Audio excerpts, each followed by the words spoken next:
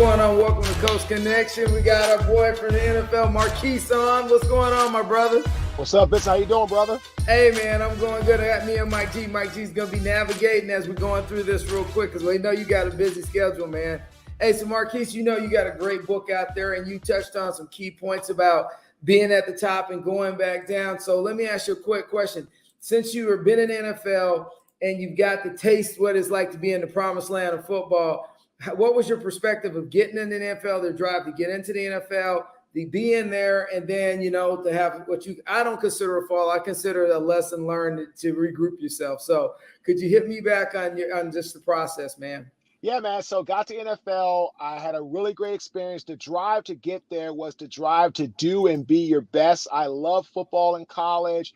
I had no plans of being an NFL athlete. When I got to Howard, became a starter as a redshirt freshman, 4-year starter, went to the Hula Bowl, got coached by Mac Brown. He was my head coach, who's now at North Carolina Chapel Hill. He was at Texas at the time when he was coaching me. I got coached by Jack Harbaugh, the father of Jim and John Harbaugh. Harbaugh's coach, all right. Yeah, I had a great time, man, and a lot of great experience, and football taught me a lot. And the NFL, man, was the pinnacle of the height of sports and how what you need to be and do your best. And football taught me a lot, man, about life and how to be a great athlete, but also how to be a great businessman, how to transition. And then, of course, I had my fall after my NFL career in my business, lost everything, moved to Raleigh, North Carolina, had to start over. And very fortunate today, we have a very successful business. I'm a speaker, coach, consultant, 3-time best-selling author. And I'm actually a podcast host of the Get Authentic with Marques show. Right, I'm tracking you. Yeah, we got into the top 2.5% globally ranked after only a month of being out. Hey, man, you know, that's a great story that, you know, the rags to riches is what we used to say. But, you know, now let me ask this question from family perspective, from your parents' perspective. What's your background? Did you come from a middle-class family and, you know, you got into football and you surrounded yourself and then you got into the grind, or was it that, a lot of people, they come from humble beginnings and they get to the NFL because it was the one thing they had to drive, like Ike and a whole bunch of others are always talking about, I need to get to the NFL to take care of my family. So what's your background, man?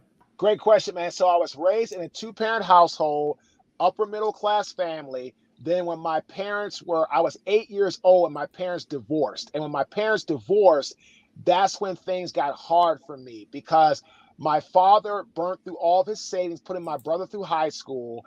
And then when I got to high school, he was pretty much tapped out and it was scrounging. Like I remember, roaches in our cereal box and molded cheese in the refrigerator and yeah, and not having any heat in the house, having to sleep in a burning furnace in the summer times. But you know what? I never left my father's side. I could go and stay with my grandmother, my mother, all that type of stuff. But my father was my best friend. So he was going through all his struggles. I never left his side. And then I went to college at 17 years old, got to Howard, and finally had air condition and heat and food that wasn't rotted out and all this other type of stuff. But you know what, man? I wouldn't trade it for the world because without my father and his guidance, I wouldn't be who I am today. So many people don't know the struggle of just going through that scenario. I know part of that and we've all lived it, but I think it just makes you a stronger person. So you were talking about becoming an entrepreneur after leaving the NFL and becoming a businessman. So, kind of give us a shape of, now that that you've left the NFL and retired, and now you're left the NFL and now you're shaping your life and going into entrepreneurship. And what was your background? How much you went to Howard? So what was your major in? And then do you think you were successfully prepared to start your business? So I have a degree in finance from Howard.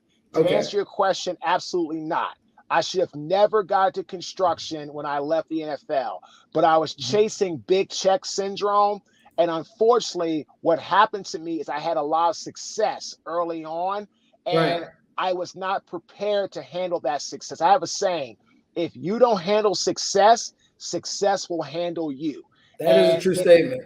And it handled me, man, because I made a lot of money, had a lot of growth, had a lot of things going on, and then pow, I ended up going bankrupt in 2013 because my ego, the biggest silent killer of them all, took me right down and put me right into the ashes. I was a phoenix. I had to rise again, but it Right. took me a long time, man, to get out of that ashes because for so long I blamed everybody else, my partner, blah, blah, blah, blah, blah. And because of that, I put myself in a position where I couldn't get myself back on even keel. And it took me a rock bottom moment of clarity with somebody's trash, rotten meat, nasty protruding garbage go in my body, my skin, and my clothes. Right. And that was my wake up call to get me where I am today. Amen. And the thing is, you're talking about the rising part of losing everything, and then at the construction. And the thing is, you were winning at the gate. And so, do you think there was just some minor business? Because the reason I'm bringing this up, and I want you to kind of deep dive into this, is because there's other African Americans, micro businesses guys out there. They're trying to follow their dreams and their aspirations, and and they're trying to get to that pinnacle of being able to generate money. And I talk about this all the time about minority-owned businesses, is that we don't have enough people that talk about their experience. But if I go online right now, there's a ton of different people giving information that they've been where you were at, but they don't look like me. So the question I got for you is that, are you taking your lessons learned and you're passing it back to the African American community, or just we're got it all communities? But we need to start kind of pushing to make sure that we have young men in our own community to start become entrepreneurs, because I believe in more graduation and less incarceration. I'll just be clear. Oh yeah. So for me, that's where I started.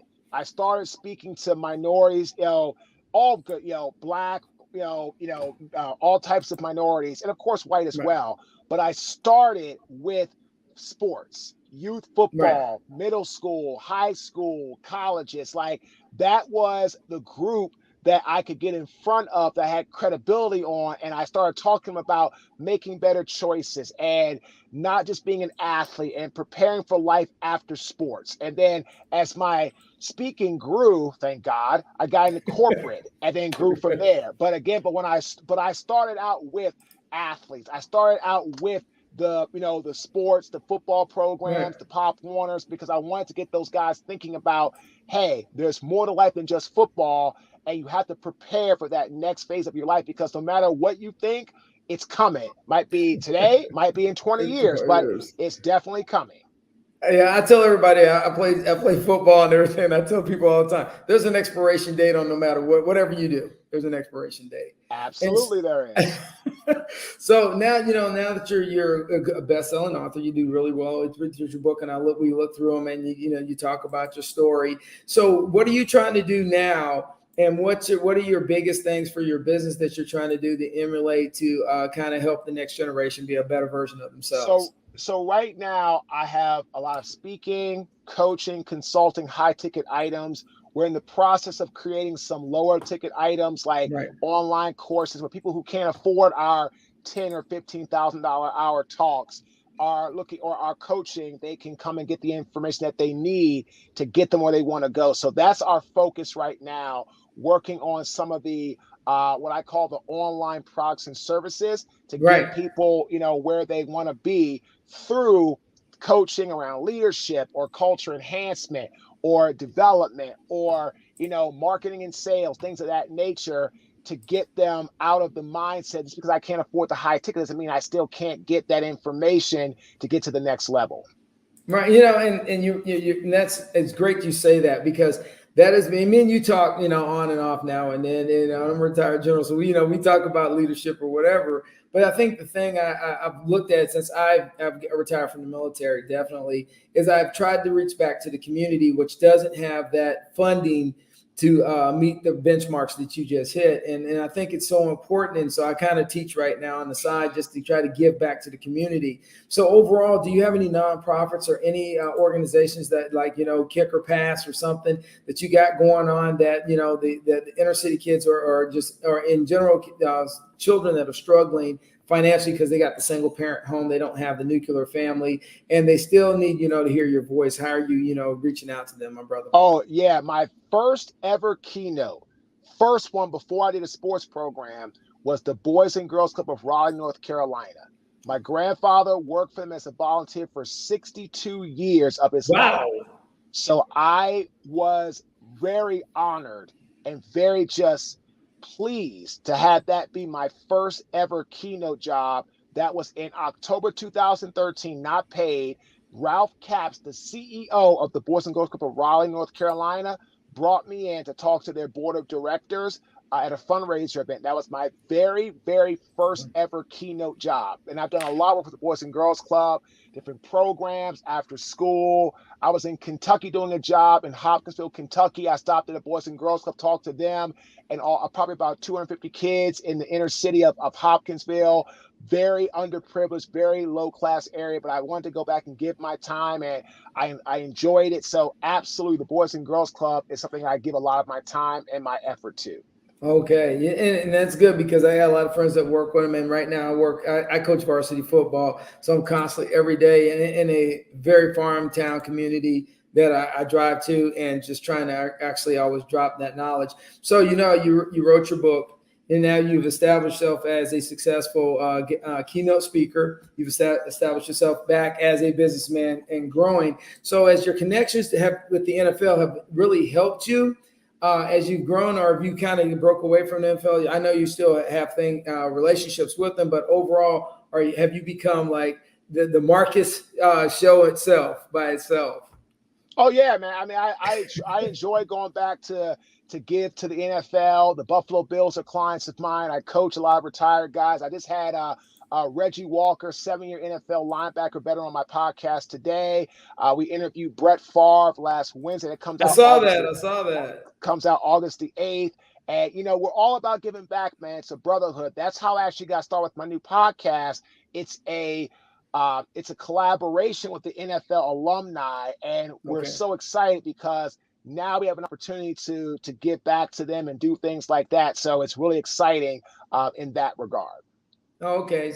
So that now that you work with the Boys and Girls Club and now you're working with the NFL, what do you see your future, man? What do you think going down the road? What is your grandiosa thing that you're trying to accomplish in the end here?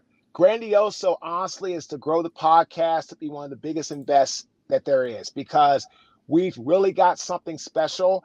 And we already have close to 100 5-star ratings in less than a month. We've had amazing people. Top 2.5% worldwide in less than a month. And I feel with the right guests, with the continuing marketing, with the right approach, and with the right type of setup, we can really grow this to be a real powerhouse and just touch as many people as possible. I like Joe Rogan. I have a problem with Joe Rogan. People don't like his antics, all that stuff, and some things he says don't make a lot of sense. But that's okay. He's not the only one, man. He's not the only one. But that's fine. But he reaches about 15 to 20 million people per episode. So I want to, and we want to, create that type of product with our podcast, because now there's just me and it's no other host, and we can grow it nicely and we can be very systemic with our partnerships and things like that. Right. I feel it's going to really be a home run over the next couple of years and grow into something really special. So that's really the big thing we're working on right now. Online products and services, but also to grow the podcast to touch as many people as possible to inspire them to new heights. All right, so I'm going to hold you to it. I'm going to work hard to try to get you in front of some veterans and get you in front of some of the younger military members out there, because everybody needs to have a journey and everybody has a story, and then sometimes hearing somebody else's story changes their lives, man. And and me and Mike Chief really appreciate you coming on. I know you're a busy guy and we didn't want to hold you up, but definitely I'll touch base with you. But hey, honestly, you are a beacon of light for a lot of young people. Don't ever let that light go out, brother, and I appreciate you so much. And as we always say here at Coastal Connection, keep it rolling. Appreciate y'all, brothers.